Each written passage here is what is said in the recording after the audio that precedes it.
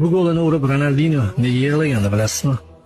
O'yinga tushib kelayotgan paytda telefon orqali otasi vafot etganini eshitgan edi Salahdan. Alam aralash maydonga tushgan va shu super golini yo'llagan.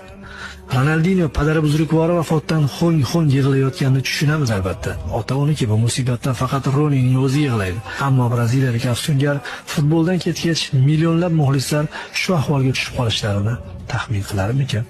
Ronining chiroyli gollarini taqdim etishidan ko'ra, uning raqib futbolchilarni dog'da qoldirayotgan fintlari ko'proq zavq ulashadi. Ronaldinho haqidagi eng yaxshi ta'rifni Messi aytgan menimcha. Men 10 marta oltin to'p olsam ham Ronaldinho bo'la olmasligimni bilaman.